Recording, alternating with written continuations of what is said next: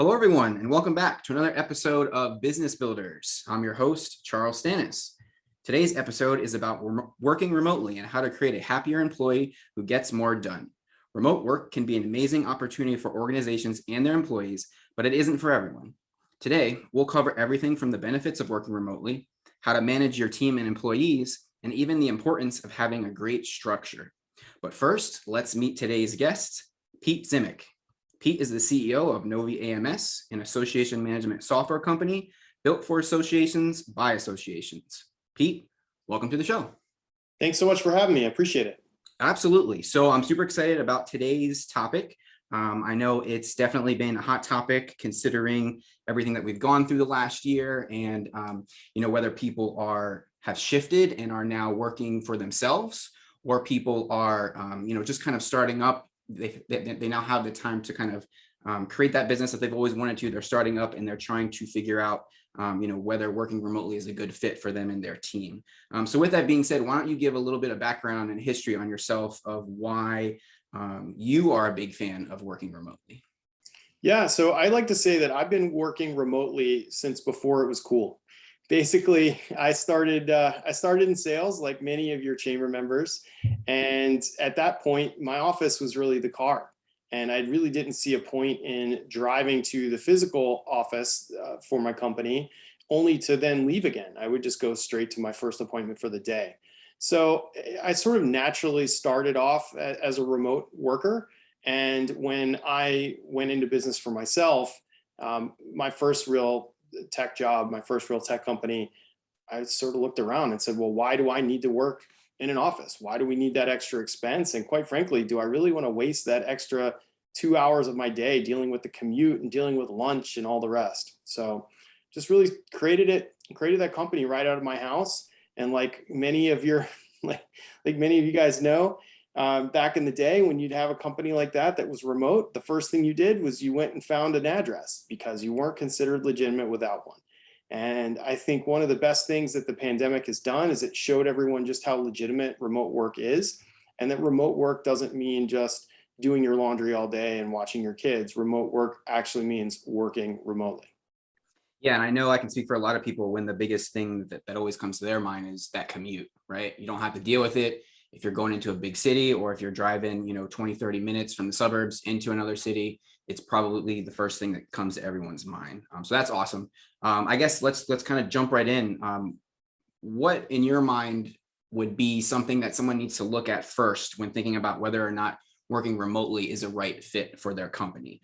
So I guess to break that down even more, when we talk about it, there's definitely benefits for not only the business and the employer, but also the employees as well, correct? Absolutely. Yeah. I mean, I think there are a slew of benefits both for the employer and the employee. On the employer side, I mean, you've got obviously no commute. Your team is ready to work when they first, when they first basically get to work. They don't have to waste their time. It's environmentally friendly. So you're not dealing, if that's something you're concerned about, you're not dealing with pollution and that sort of thing. You've got a healthier team. I mean, how many times do you have somebody come to work, they've got the sniffles, and then all of a sudden the rest of your team is sick as well? I mean, at least when you're working remotely, you don't have to sort of take a big step back when you see that person sneeze for the first time. Especially now with everything that's going on, people are a little hesitant about all that. Yeah, I mean, we got to remember there are a lot more things than COVID, and it's good to know that we're sort of dispersed a bit and sort of naturally socially distant before we even knew that term. I think there's some other things too. When you're looking at it, the employer side of it, you've got much better employee retention. I can't tell you how many employees we've been able to hire specifically because they needed to move from one city to another, and their boss just wouldn't allow it, and they ended up joining our team because of it. And you got to think the best employees, and this really goes to kind of a recruitment side of things, the best employees are not really available often. I mean, it's very hard to find the top tier. They're not really looking for jobs. But if you've got, if you are willing to give them the ability to work from wherever they need to work, you've got a much better chance of grabbing those folks. I'd say the last thing here would be higher productivity.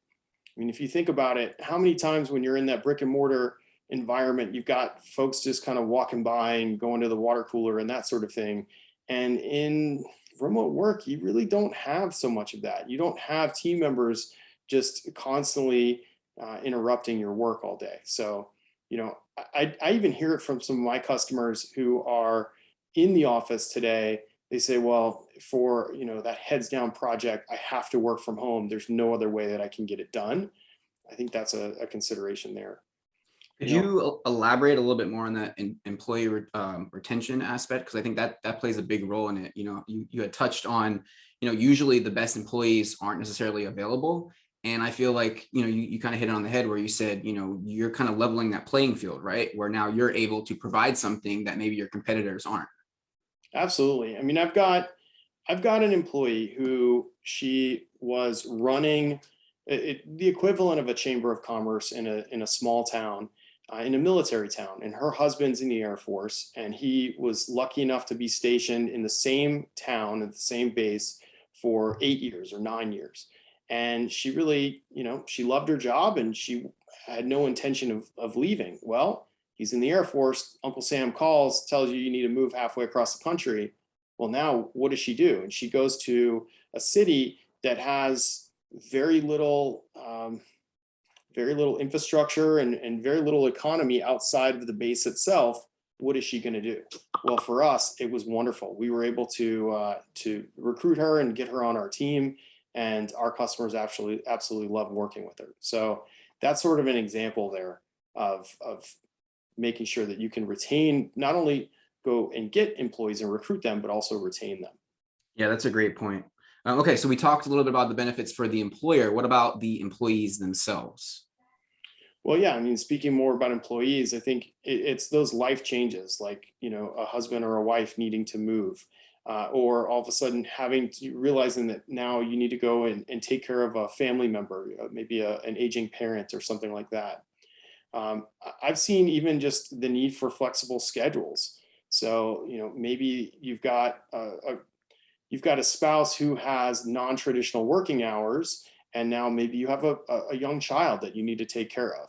And if you're working in a remote environment, you're already set up for sort of that asynchronous collaboration that would really kind of fuel those flexible schedules, if you will.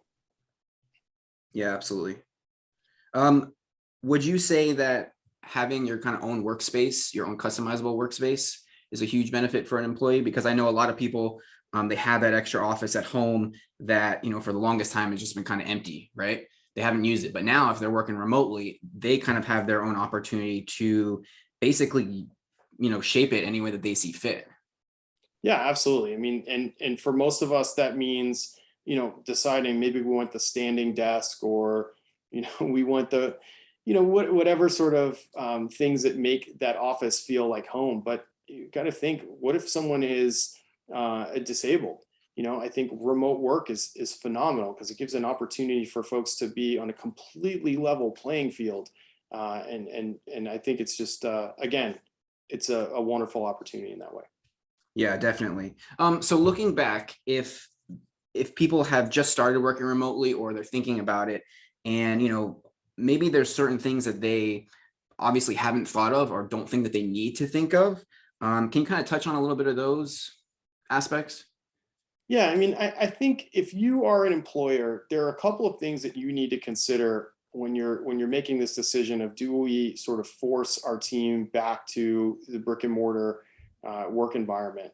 I think the first thing is, what's your business model, and do you have customer expectations? Do customers expect that they can walk into your place of business and that you will have someone there? So maybe you're a realtor brokerage company, and there's an expectation that people can walk up to your front door and there's someone there doing desk duty. In that case, you probably need to have at least some sort of hybrid setup. Obviously the logistics as well. Like, do you have the type of job that has a lot of inventory or things that people need to kind of store? That obviously those types of things you're not going to want in people's homes. You're going to need those in a very central place. A good friend of mine, he basically is an importer and a manufacturer of electric vehicles, And for him, I mean, that's never an environment that could be reproduced in people's homes. Right. But the sales side of it might be. I think the more intangible side of it really comes down to your style as a leader. Are you that leadership by walking around type person where you feel like you have to be really in the mix with your team? Or are you a micromanager? I mean, a lot of us are, some of us aren't. But if you're a micromanager, then you probably need to be in a place where you can look over your team members' shoulders and make sure that they're doing exactly what you expect. Yeah, So that's a great point. I think people need to really kind of look in the mirror and take a look at how they manage things, and like you said, their leadership style. And obviously, there's going to be, a right and a wrong choice to that example. What about from the employee side? I know you touched a lot about, the management side, but what are the benefits for an actual employee who wants to work remotely? I think the very first question that an employee should ask him or herself is, do I need physical connections in my work? Am I a social butterfly where I have to have those trips to the water cooler? And if I don't have them, I'm going to go mad. Again, that's completely uh, understandable. It's normal for people to have that sort of need. If you're in that camp, you probably shouldn't be working remotely by yourself. It's a recipe for disaster. I think another question to ask yourself, and really, you don't have to answer this out loud, but it's, do you have the self-discipline for remote work? Is this the sort of thing where if you are left alone for the entire day, are you going to do the things that you're supposed to do to help your company achieve their goals? Or are you going to find yourself messing around on, whatever this generation's version of Nintendo is? So I think those are questions that you really need to ask yourself. Are you self-motivated? Are you going to buy into your organization's mission and do whatever it is that you need to do to help them achieve it while no one else is looking over your shoulder? Now, I think there's another piece to this as well. And the question is, are you assertive? If you think about it, if you're too introverted, then working remotely, you might be out of sight, out of mind. So I think as an employee, you need to ask yourself that question. Can I work remotely, and can I make sure to be assertive when I need to be? Yeah, no, that's a great point to bring up. And I would assume that the environment of which their home is might play a big role in that as well, correct? Say that again. So, let's say if, like if they have kids, or, if they have a spouse and their environment isn't really conducive to working at home, obviously being able to stay motivated or stay assertive, those things might be affected as well, correct? Yeah. So I would definitely look into your home environment, and I would make sure that you've got your spouse, your kids, your other loved ones. They understand that during the day when your door is closed, that you truly are at work and you're not available to them as a top priority. Your top priority is the work that you're doing. I like to tell people, my mother-in-law, she came for a visit a few years ago, and it was like 2:30 on a Tuesday or some random time like that. And I'm walking into my office, and she looks at me. She's trying to hold this conversation about nothing particularly important, and I'm like, I have to go. I have to go to work. And she said, "What do you mean?" She said, "You work from home. You don't have to go to work." It's like, no, I'm going to work. Like, I really do. I really do. I have to go. I have to go. Speaking of that, have you found maybe some best practices or things that work for you in terms of, making sure those types of people aren't bothering you, whether it's as simple as like, hey, I'm going to put a sign up, or I'm going to tell them ahead of time, or I'm going to close my door, or I'm going to make sure that no one bothers me from like, what is it, 10 a.m. to 4 p.m., whatever your like no bother zone is. Are there things that have worked for you? So I'm a bit of an overachiever in this category. I may or may not have hired a contractor to come in and completely gut out the walls of my home office and put very good sound insulation into those walls. And he also took an exterior door, very thick exterior door, and placed that in between the hallway and my home office. So, and the home office has a lock on it. So yes, what do? I close that door and it's basically a sound booth. Okay, so for those of us out there that can't construct a fully equipped sound booth, obviously we would want to start at things like, making sure the door's closed, telling our family, telling the, our friends around us, hey, this is when I work, that sort of thing. Absolutely. Awesome. Absolutely. I think it's about communication for sure. Fantastic. Let's jump back to the employer side. What should they do to equip their employees to succeed from working at home? I think the very first thing that employers need to realize, in my opinion, is that the employee should never pay for them to make money.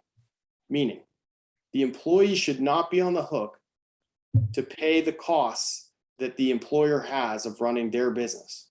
The employer is the one with the business. The employer is the one that will hopefully have a net profit at the end of the year.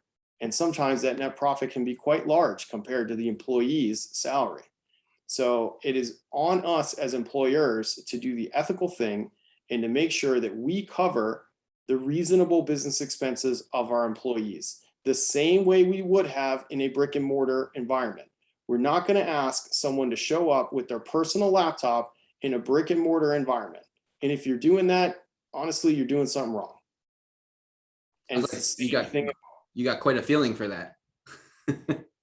Absolutely. I mean, I think that this is about being ethical. I think there are a lot of employers that look at remote work as a great way to save money, and to a large extent, that's true.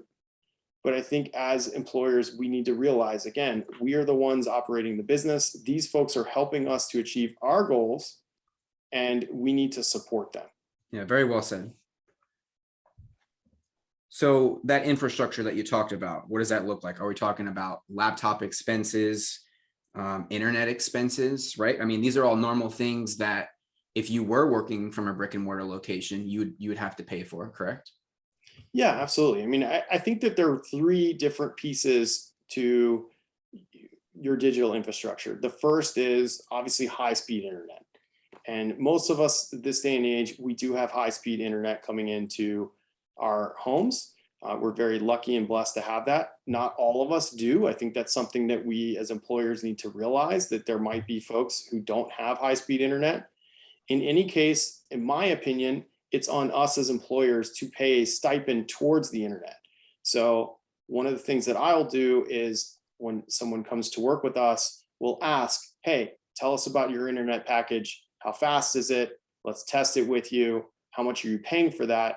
And we don't pay all of it because that would be unfair, but we do pay a large stipend towards their internet. And sometimes that means helping them upgrade their internet capacity. Again, it's not just for them, it's also for us. I think the second thing, and this is one that's often overlooked, but I found that it's actually the number one cause of problems when it comes to digital infrastructure, and that's the router. How many people are working with a router that they bought 10 years ago? And I'll tell you, when things start to get slow for one of our team members on their home internet, the very first thing I do is send them with our corporate American Express to a Best Buy or Amazon, you name it, and ask them to get the most expensive gaming router they possibly can get. Why? Because that's the one that's going to last the longest and it's going to be the fastest. And again, who benefits when our employees are faster? We do as business owners. So that's the reason why I have no hesitation in buying a $400 router that, yes, after 5 o'clock or after 6 o'clock is going to be used for the next Netflix series or kids' homework or Roblox or whatever they're doing. But at the end of the day, I mean, it's that 8 or 9 hours during the middle of the day when that employee is diligently working for my company. I want to make sure that they're properly equipped. Yeah, absolutely. What about communication tools or software? So that would be the third piece here. And in the business, we call it software as a service, or SaaS is a term that many people would hear. And this is a place that in the past, I've seen business owners really skimp. I've seen business owners say, well, I need a free tool, or I can't believe I'm paying more than $5 a month for Outlook, or whatever the case is. We need to realize that this is today's infrastructure. In 2021, this is our infrastructure, the same way that we had that old school phone system or the old school server back in the day in our office. Well, today we have things like Microsoft Office 365, or the, Google, or, we've got Zoom, we've got Slack. I mean, there's so many different tool sets that we use. And we just need to realize that this is an expense, and it's something that's here to stay, and something we need to budget for. I mean, I remember 10 years ago, I sat down with my business partner to look at our P&L, and he's like, what is this category, software? Why do we keep spending so much for software? And he gets it now because he runs a remote work environment himself. But, really, again, it's Slack, it's Zoom, it's our project management tools like Asana or Trello. There's whiteboard software now. Like we use something called Miro. I mean, there are so many different things that really come together to create that infrastructure that allow our team members to really succeed. So at Novi, you had kind of listed a lot of software there. At Novi, do you guys use a combination of all of that? Is there one that kind of sticks out the most, or? There's never going to be a silver bullet that just runs your entire business. I mean, you could make an argument that QuickBooks is one that's pretty ubiquitous. Everybody's heard of it. And yeah, it runs a huge portion of your business, your accounting. But there's so many more. I mean, just to kind of give the laundry list here, I mean, some that we use, we've got one called LastPass, and that allows us to save our passwords, not just for ourselves, but also, there's so many tools that, maybe I need to share a password, say to Facebook or something else. We use LastPass to both store and share securely those passwords. Obviously, Office 365, that's one that most people have. Maybe a Google Drive, or a SharePoint, or a Dropbox. I mean, I think that's today's version of the old school server that would sit in the server room, 20 years ago. Zoom, it's kind of interesting. I first saw Zoom, probably it might have been 2015, 2016 or so, at a conference. The founder of Zoom was speaking, and he's just talking about helping tech companies, and here it is. He's basically powering the world at this point. And but we've been on Zoom for quite a while. It's kind of nice now that everybody's sharing their screen. Yeah, we missed the stocks on that one, that's for sure. But yeah, okay. yeah. Anyways, now hopefully we have our employees kind of set up in their office, but how do we go about actually kind of making sure they're staying on track and managing our employees from a remote perspective? That's a great question. I think the very first thing that we need to look at is hiring the right people. So we want to look for people who have a steady work history, who can show us as employers that they're the types of folks that we can trust. I don't really have to say it out loud anymore, but early in my career, I would tell people, you could make a mistake, but if you lie to me, you're fired. And that's still the way I work. And thankfully, I haven't had many people lie to me. But when you've got a remote team, trust is so, so important. And you can't have folks that you don't trust. So it's finding people that you can trust. Try to uncover, when you're doing your interviews, try to uncover, why do people want to work remote? What's their motivation? Oh, well, I want to be able to watch my kid and work at the same time. Well, that's kind of a recipe for disaster, because watching your child, that's a full-time job in and of itself. So, try to uncover that sort of motivation and find a way to determine if the personality is a good fit. I think when it comes to your day-to-day, for us, we've basically assembled a structure that really helps to guide things. So every single day we have something called a stand-up. It's something that, if you've been around a lot of software companies, that's something that was really popular out in Silicon Valley, and it sort of spread across the country. But every day, 15 minutes, our teams come together and ask the question, hey, what did we do yesterday? What are we going to do today? And then what problems or roadblocks have we had? And we sort of share that information across the team. So it's not an accountability session, but I'll tell you, the peer pressure is real, and you don't want to roll into the stand up having not done anything. So that's definitely helpful. We work also, and this is again just kind of a nod to us being a software company, but we work in sprints. So what is a sprint for us? That means we sit down on a weekly or a bi-weekly basis. We figure out what work needs to be done. We plan that work. People ask whatever questions they have, and then that's it. We leave it to the team to go off and to accomplish that work. Obviously, if they have issues, they can bring it up in a daily stand-up. But other than that, they know what work needs to be done. They know the time frame to do it in, and the team members will manage themselves.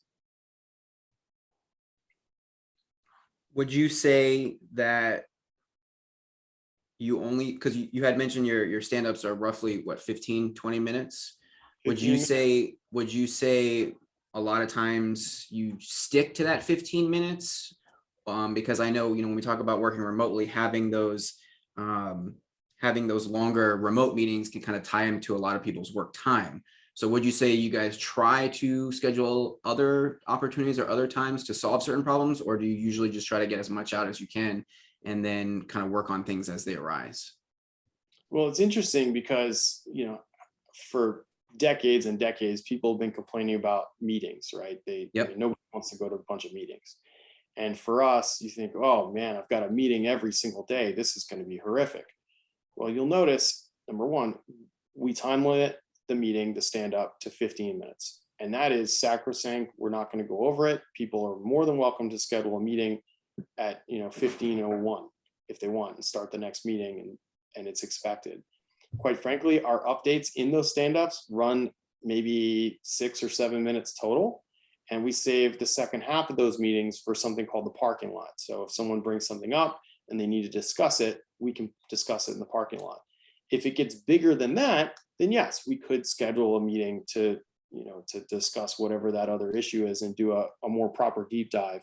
But what we've noticed is that's very rarely needed because we have those planning meetings. In the planning meeting, those can run an hour, hour and a half. In those planning meetings, again, we're kind of working through all the different nuances of whatever those tasks are. And people kind of have a good sense at that point. So I feel like having the daily stand-up has really eliminated a number of meetings for our company. Awesome. How would a more traditional human resources or operational standpoint kind of fall into all of this? Well, I think it really comes back to your personality as a business owner, and being true to yourself and asking the question, are you a leader or are you a manager? If you're a manager, then working remotely is probably going to be much more difficult, especially if you're the type of manager who's going to not just delegate, but really micromanage. In that case, you're going to be miserable. You're absolutely going to be, because you can't force people to do things exactly the way you want, exactly on your time frame. That's just not going to be a thing. For me, what I found, I actually tell my team, I'm the worst manager that they'll ever have. It's they always laugh at it, but it's true. I absolutely hate managing people. I also tell them it's a very bad day if you find me managing you. It probably means you're not going to be with us much longer, because I don't want to talk about things like, were you here on time, and did you submit your PTO, or I don't know. I'm not that kind of person. For me, I want to deal in the big picture. I want to figure out what is it that we're trying to accomplish. I want to communicate that to our team and really talk to the why. I mean, I think Simon Sinek, if you guys have heard any of his talks, but really if you can get to the why and just continue to drill that home, I feel like remote work can be an incredible, incredible opportunity for your company. Yeah, so I'll just throw in a quick plug there. We actually did a podcast episode on starting with why. So I do just want to throw that out there. If you guys haven't heard it, definitely check it out. But to your point, I mean, 100% correct. And I guess that kind of ties into our last little topic that we'll talk about is inspiring people, right? It's one thing to, like you said, be able to walk by someone's office and have a chat and get excited about things. But, when you don't see someone maybe for, a very long time, and you're only chatting back and forth through email or things like that, it can definitely be a challenge to motivate your team, right? Inspire them, get them excited about certain things. Yeah, absolutely. And I can tell you, just at a micro level, just with our team, you know, our software is used by association members nationwide, and chambers of commerce and other industry associations, their members use our software to interact with those beloved organizations that they're members of. And the way that our team will yardstick our impact on the world, we look at the number of members served. And right now, our big goal is to triple the number of members served in the next 2 years. And that's how they see it. So they're not looking at money. They're not looking at their own time. They're not looking, really, they're looking at the true impact of their work on the people that are eventually using that software. And I think if you can get your, maybe you're a doctor and you've got, nurses that are working for you, just remind them just how important their interactions with those patients are. Or if they're just so many different, people have a why. People have those whys. You need to uncover those whys and remind folks of them day in and day out. And if you do that, when they're at home by themselves and they have that temptation to do something different, or to pursue your why and your collective why, then they'll do that, because that they want their life to be meaningful. Well said. And I think with that, we'll end on one last question. And I'd like to ask this to you, Pete, but I think everyone in general as well, is what do you see as the future of working remotely or hybrid working? Like you said, it's definitely evolved over the last couple of years because of everything that's happened. But, do we think that this trend is going to continue? Do we think it's going to be the norm moving forward? Well, I'll tell you, before COVID, I had a few enterprising engineers, the software developers, who took jobs with us specifically so that they could travel the world. We had folks who wanted to go to Europe, wanted to go to South America. They wanted to just travel the United States. And people sort of looked at them a few years ago and said, man, I wish I could be them. And with the pandemic, I think many of us have realized, yes, we can do it. It's just a matter of doing it. So I think you're going to see more and more folks either enter the remote work space or continue to be in it, so that they can take advantage of that travel and really have some amazing life experiences. And I think that's the future, is more of what we've already just started to uncover we can do. Awesome. Well, thank you so much, Pete, for joining us. If our listeners out there have any more questions on working remotely, or if they want to follow up with you about maybe certain processes or things that worked with them, how can they, best get a hold of you? Absolutely. Feel free to email me at Pete, P-E-T-E, at NoviAMS.com. That's NoviAMS.com. Awesome. And of course, I will put that in the description as well. Pete, thank you so much. Thank you. If you enjoyed listening to this episode, make sure to click that subscribe button so you never miss another show.